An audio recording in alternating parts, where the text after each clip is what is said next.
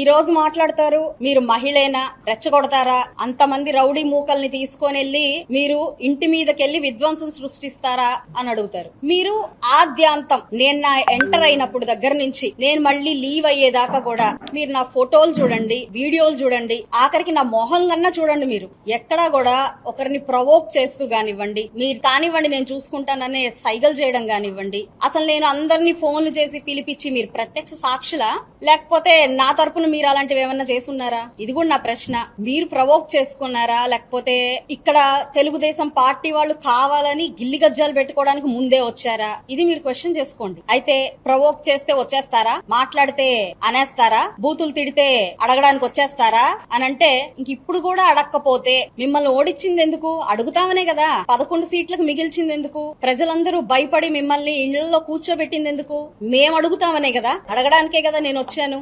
దాడికే దిగాలంటే మీరు ఆలోచించండి. దాడికే దిగాలంటే నేను రావాల్సిన పనేముంది? మీరు పార్టీ ఆఫీస్ మీద ప్రత్యక్షంగా లేకుండా చేయించారే, అలా చేస్తాను కదా. అక్కడ నేను రావాల్సిన అవసరం ఏమన్నా ఉందా? ఒక సీఎం ని, మా అధినాయకుడిని ఇష్టం వచ్చినట్టు మాట్లాడినప్పుడు కూడా మేము ఎవరైనా రియాక్ట్ అవ్వలేదు. మీరు ఒకసారి హిస్టరీలోకి వెళ్ళండి, గుర్తు చేసుకోండి. ఇష్టం వచ్చినట్టు మాట్లాడినా కూడా ఎప్పుడు కార్యకర్త కూడా బయటకు వచ్చి మాట్లాడలేదు. వాళ్ళల్లో వాళ్ళు ఆ అక్కసును పెట్టుకున్నారు, వాళ్ళల్లో వాళ్ళు దాన్ని ఓర్చుకున్నారు తప్ప ఇలా బయటకు వచ్చి ఎప్పుడు మిమ్మల్ని మీ ఇంటి ముందుకు వచ్చి ప్రశ్నించింది లేదు. కానీ మీరు అనకూడదు, సభ్య సమాజం తలదించుకునే మాటలు అన్నారు, సీఎం అన్నారు, శిక్షార్హులు దీనికి. మీరు అది అడగడానికి నేను వచ్చాను. వెళ్తున్నాను అని చెప్పి కుటుంబంలో నా భర్తకు చెప్పి నేను బయలుదేరాను. మరి మీరు అన్నారు మా నాన్నగారు దేనికి భయపడరు, కానీ మేము ఎలా ఉంటామో అనే భయం మాత్రం, మమ్మల్ని ఏమన్నా చేస్తారేమోనన్న భయం మాత్రం మాకు వచ్చింది అని వాళ్ళ అమ్మాయి మాట్లాడారు. మరి మా కుటుంబాల్లో మహిళల మీద ఏమన్నా జరుగుతుందేమోనన్న భయం మా ఇంట్లో మా మగవాళ్ళకు ఉండదా? మా ఇంట్లో ఆడవాళ్ళని ఏదైనా అంటే వచ్చే కోపం మా ఇళ్లలో మగవాళ్ళకు ఉండదా? అలాగా